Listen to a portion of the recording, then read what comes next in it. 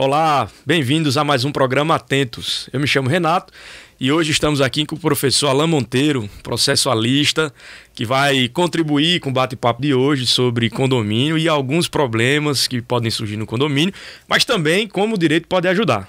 Roda aí a vinheta, Mário.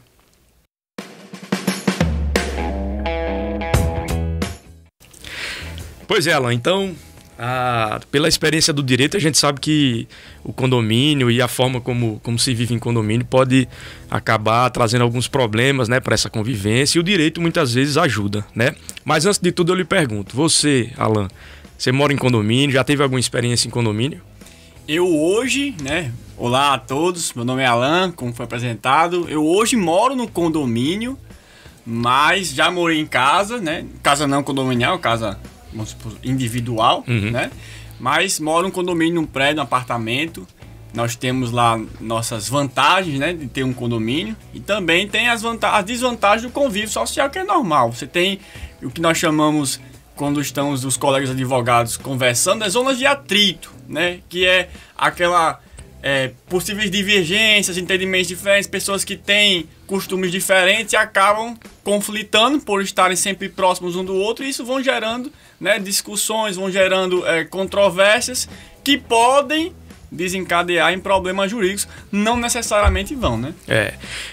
E esses problemas jurídicos podem ser diversos, né? Lá no CCGD a gente tem algumas experiências com alguns condomínios, né?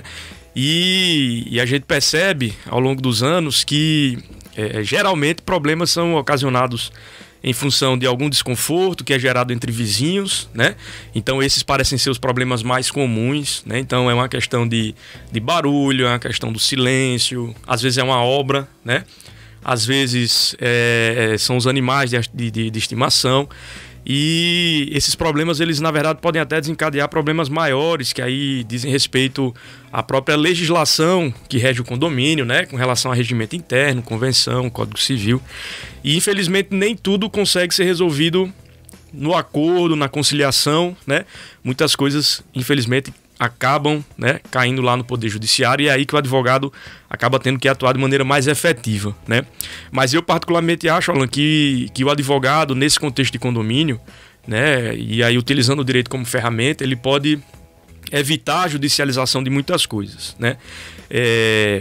Na minha visão, o principal personagem, né, o ator principal dessa convivência em condomínio, principalmente para resolver conflitos, é o síndico, né? O síndico, ele tem uma legitimidade, concorda?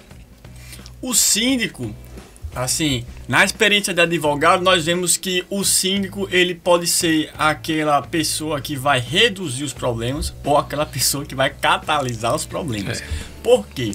Porque o condomínio, ele tem uma sistemática muito especial. Ele tem uma regra geral, né, que a gente pode comparar para o leigo, né, a convenção condominial. Pode dizer que é uma constituição. O condomínio nasce com aquela regra e você tem um regimento interno que vai disciplinando regras mais específicas que vão surgindo após o próprio andar, a própria caminhada, a própria jornada do condomínio. Então, antigamente não se pensava, por exemplo, em uma piscina, constrói uma piscina, como é que vai ser a regra de utilização da piscina? Aí colocam lá no regimento e tal. E aí, qual é o problema? As pessoas, primeiro, o condomínio você vai resolver em grupo, um coletivo, em assembleia, que poucas pessoas têm interesse em participar. Isso já é um problema. Então, se você mora num condomínio, se você é síndico do condomínio, que você percebe que as pessoas não estão participando, saiba que isso é uma possível zona de atrito para problemas futuros. Segundo ponto, o síndico, ele não tem bem compreendida a função dele de síndico. E às vezes ele se mistura entre síndico e morador. E aí, por exemplo, né, longe de mim falar da vida dos outros, mas nesse momento de condomínio, de relações sociais, a gente tem, né, histórias, causas para contar. E aí eu posso mostrar aqui um exemplo de como essa função do síndico, ela pode gerar conflitos. Por quê? O síndico, ele é um morador. E aí ele vai ter os deveres de morador, os direitos de morador, mas também o dever geral de atuar como síndico. E às vezes você vê muito em condomínios a figura do síndico rígido. As pessoas escolhem aquele síndico que quer cumprir os horários, que não deixa a festa sair, passa das 10 horas, então mão 10 firme, e 1. Né? Mão firme, o cara o mão dura. Então 10 e 1 ele já tá mandando encerrar a música. 10 e 1 já tá desligando o refletor que não pode mais ter partida de futebol.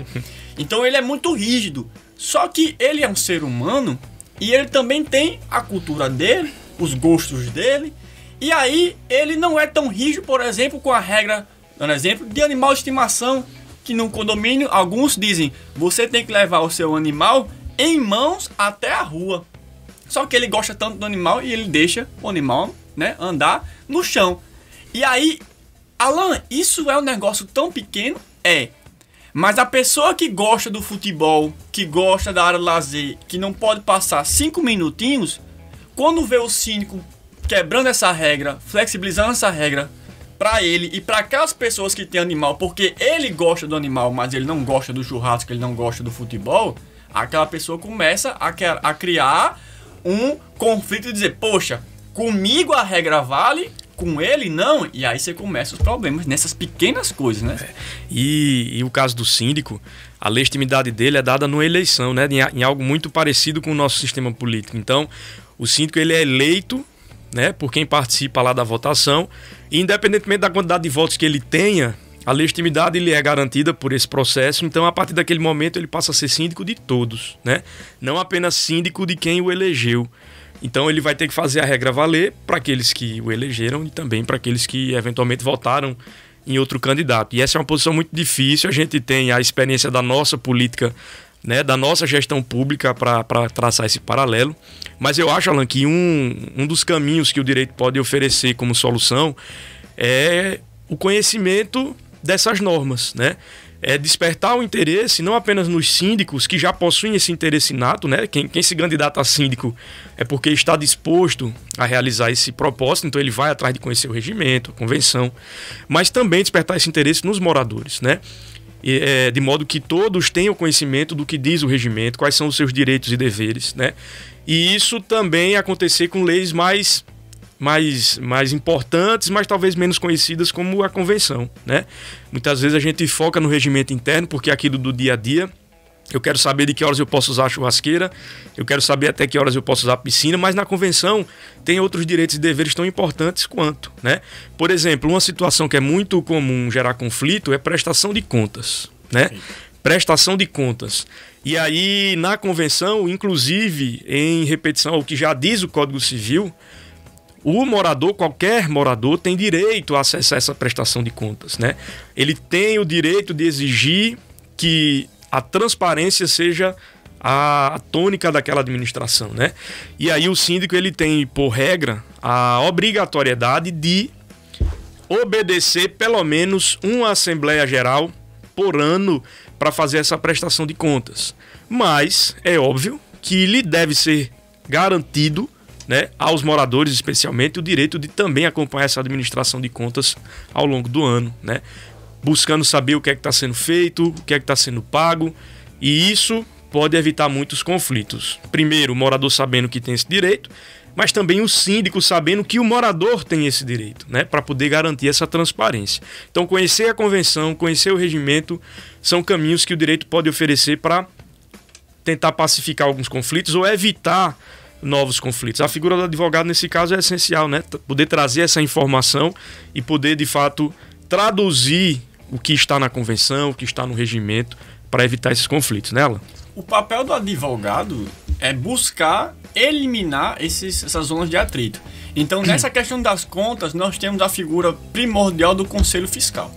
O Conselho Fiscal, ele é tão importante quanto o síndico. E aí vem a questão da participação em assembleias, tudo isso está envolvido. Por quê? Porque muitas vezes as pessoas se candidatam ou participam de um grupo do Conselho Fiscal e essas pessoas não têm um conhecimento mínimo técnico de contas. Não são pessoas que são interessadas em fazer contas, em auditoria. Por exemplo, se você tem contador no seu condomínio, auditor, um condomínio que tem um auditor fiscal, um contador, essa pessoa, ela tem que saber que ela tem um conhecimento técnico específico que vai ser muito útil na figura do Conselho Fiscal. Então, às vezes as pessoas, não quero participar, não quero perder meu tempo, mas às vezes o recurso financeiro do condomínio está sendo mal empregado, por exemplo, não por uma vontade equivocada ou interesse em desviar recursos, mas às vezes porque as pessoas não têm o conhecimento do que estava sendo feito ali. Às vezes são gastos com coisas que não são necessárias. E aí, com o passar do tempo, uma das zonas de atrito muito forte é o valor que é pago da taxa de condomínio. E aí, se não houver uma fiscalização, se não houver um acompanhamento, você pode ter muitos gastos que não são necessários. E aí o que acontece? Essa taxa vai crescendo, o valor do condomínio vai aumentando. Quando chegar a um valor tão alto que as pessoas param para perguntar, e aí, o que foi? Então vai todo mundo questionar. E quando vê, você tem um famoso rombo. Um problema de uma dívida, um passivo grande trabalhista. Porque você tem o condomínio, tem vários empregados, que se não tiver ali uma pessoa, um acompanhamento jurídico, um acompanhamento técnico, analisando e mostrando possíveis problemas, você pode ter um passivo trabalhista gigantesco. Você pode ter um servidor, um funcionário que estava contratado fazendo hora extra todo dia, quando não era necessário. E aí isso gera um passivo trabalhista. Você pode estar tendo um problema de administração que não está sendo recolhido os direitos dele, e isso gera um passivo trabalhista gigante. E aí quando você tiver, por exemplo, uma possível reclamação trabalhista, esse dinheiro vai ser pago pelo quem? Pelos condôminos, pelos participantes do condomínio, não só pelo síndico. E aí vem um grande problema, porque do dia para a noite, o condomínio tem uma dívida gigantesca que as pessoas não faziam ideia do problema. Por quê? Porque não havia o acompanhamento necessário. Pois é, Alan. E aí, já encaminhando aqui para o fim do nosso programa de hoje, eu queria passar uma mensagem para quem está nos ouvindo, né? É lógico que cada condomínio tem sua própria realidade, cada condomínio tem sua peculiaridade, né? Condomínio de apartamentos é diferente do condomínio de casas, né? As regras são um pouco diferentes, você tem um lugar mais reservado do que teria no vizinho de apartamento, né?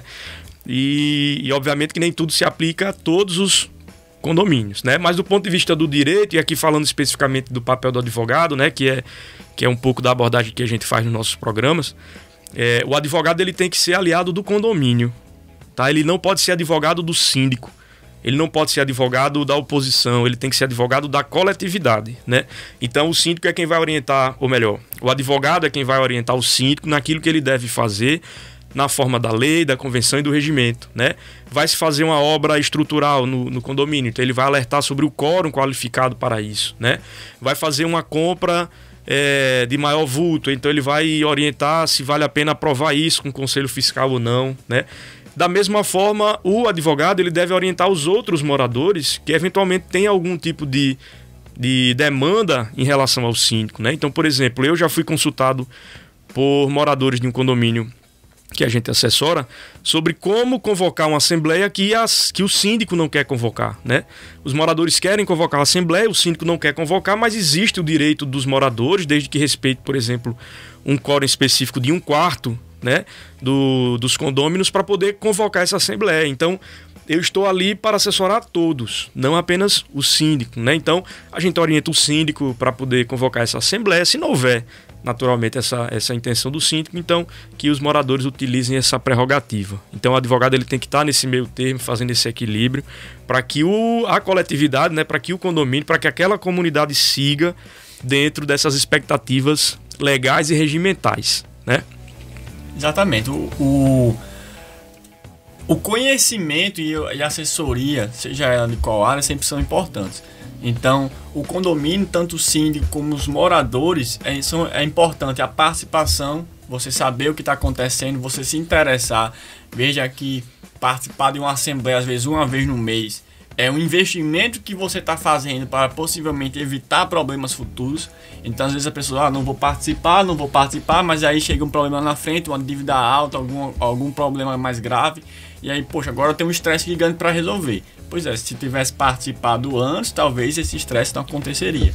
Então, ter todo esse acompanhamento, a função do advogado em buscar entender, compreender e ouvir a todos que queiram participar e falar, obviamente, e não buscar defender um em face do outro. O advogado ele tem que tentar resolver o conflito e não favorecer uma pessoa. Quando você está defendendo uma pessoa, não necessariamente você está resolvendo o conflito, certo? Então o advogado ele vai buscar apaziguar os ânimos e tentar uma solução que resolva de fato o problema em benefício de todos. Obviamente que quando a gente fala uma solução que resolve para todos, não vai resolver 100% do problema para todos. Então cada um vai ter alguma diminuição de um direito, vai ter que, né, tem que ceder, né? Vai ter que ceder um pouco para o bem da coletividade. E aí, obviamente que no final das contas, o condomínio é que sai ganhando. Então nós temos que pensar o condomínio como uma sociedade, como por exemplo um país. Nem sempre aquilo que vai acontecer é o melhor 100% que eu queria. Mas é algo bom para mim, não é o excelente, mas também é bom para os outros. O excelente seria só para mim, né? E o bom para mim é bom para os outros também. Então eu tenho que pensar nisso, porque em alguns momentos a outra pessoa vai querer o excelente para ela, mas o excelente para ela é péssimo para mim. E aí ela vai ceder para ficar bom para nós dois. É isso. Então você que mora em condomínio, participe da administração, né? Conheça seus direitos, dê uma lida no regimento, na convenção e também acompanhe a gente aqui, né? Todas as quartas-feiras a gente lança o nosso programa Atentos. Então sigam os nossos canais, nos acompanhem nas redes sociais e até a próxima. Obrigado.